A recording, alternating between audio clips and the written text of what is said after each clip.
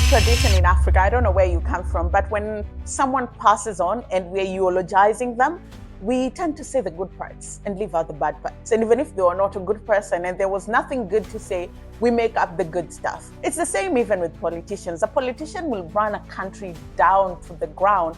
And then when they leave power, when they're leaving office, we're finding really fantastic things to say. Well, this was not happening in Ghana. Let me tell you something. During the last address to the nation by President Nana Akuffo Addo, those members of parliament said, we will tell you exactly what your record is, and this is exactly what they had to say. Mr. Speaker, I need to remind you that the people of Ghana have already given their verdict on the true state of the nation. And that verdict was very, very clear.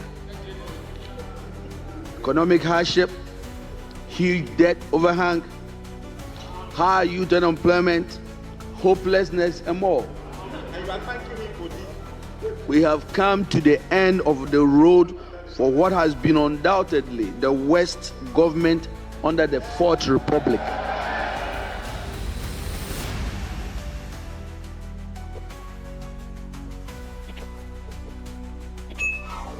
Hello there, how are you doing? Welcome to another episode of our conversations. My name is Ondiro Oganga. I'm a business journalist by profession and a digital content creator. I love coming on here, having conversations with you guys about Black people, Africans, our empowerment, and how we can rise up and take our rightful place at the global stage. Connect with me on social media at Ondiro Oganga, or if you're new here and you'd like to have a conversation with me every single day, scroll down below. You see that red button? Subscribe. If you're a returning subscriber, welcome back. I want us to talk about the final address that President Nana Akuffo Addo gave before he left office. And this is a tradition in very many African countries, and even in the US, you have State of the Union address. So Ghana equally has one of those. And it's that time that the president tends to give, to just brief the nation on how things are going. They talk about the political landscape, they talk about the economic landscape, and they also talk about the social landscape. They talk about some of the things that they've been able to achieve economically, the challenges that the country is going through, and what solutions that they're trying to come up with. Of course, the final one is going to be a little bit different because they're going to talk about their legacy and what they think they've achieved. President Nana Akuffo Addo did exactly that. He spoke about how his tenure has been in office. He spoke about the challenges, though he was very skeptical in talking about them in something like doomsor. He was keen to say doomsor for our international audience is power outages. He said that this is a problem that he inherited from the previous administration, and he has worked very hard to try and solve it, right? And there are also other things that he spoke about, just starting himself and saying they've been able to build up the reserves of the country. They've been able to build the economy. They've kept the country going. I mean, amid the COVID-19 crisis, which was really tough on very many countries globally, and even tougher on Ghana because it really ravaged the economy, and the impact is being felt until now. You ask yourself, why is that? Now, let me just lay context for you on some of the challenges that Ghana has gone through, right? Inflation peaked at 54%. The currency lost nearly 60% of its value to the dollar. The price of fuel doubled. The price of transport doubled and nearly tripled depending on who you are and where you're going and how long your journey is. The cost of food doubled, in some extents tripled, and it was just a situation where people were really struggling to make ends meet. Mark you, living wages did not increase, and on top of that, people were having to contend with a default of debt, and the people who were most affected were pensioners, because this is their lifetime investment that has just been washed into the ocean, and they have no way of recouping any of it. And this is because their debt to GDP hit a really high level that they could no longer sustain their debt. So the kind of money that they were raising locally was not enough to continue sustaining and servicing their debt while running the economy. And that is when everything just came to a standstill.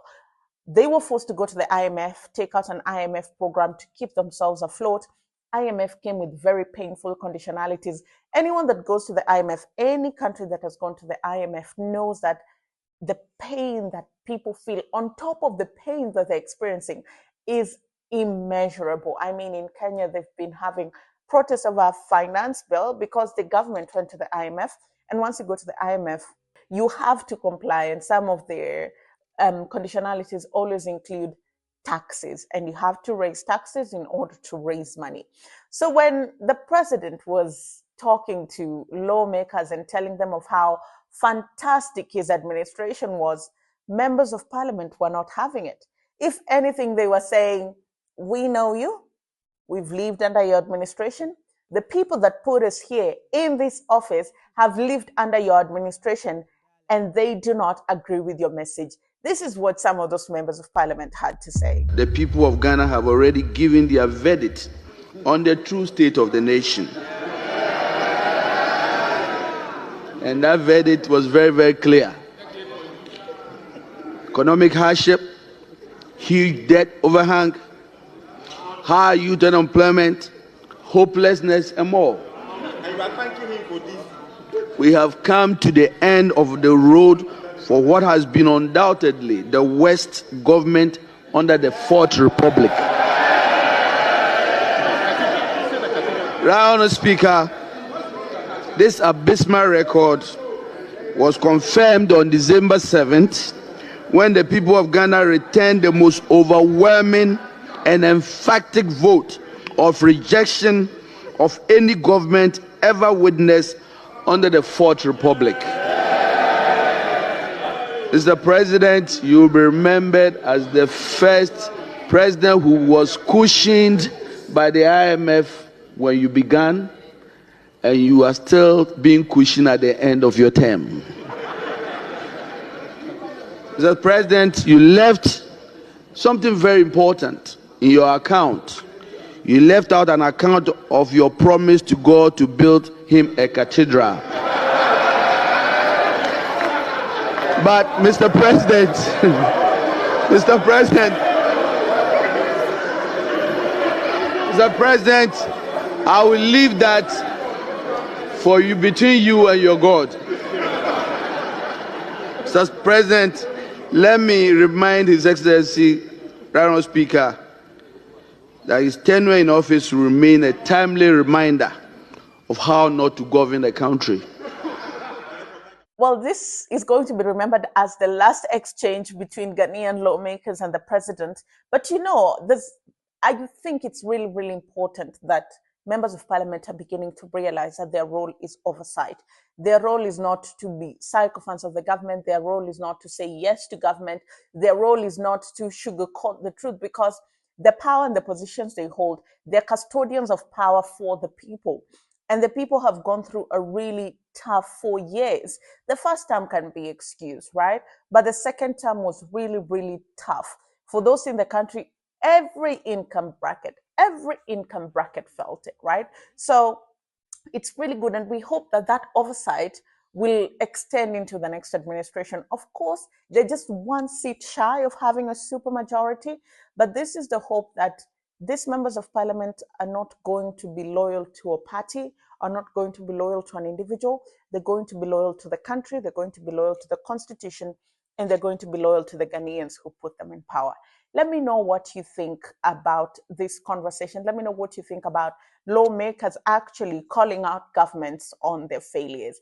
Thank you so much for watching. Like this video, subscribe if you haven't.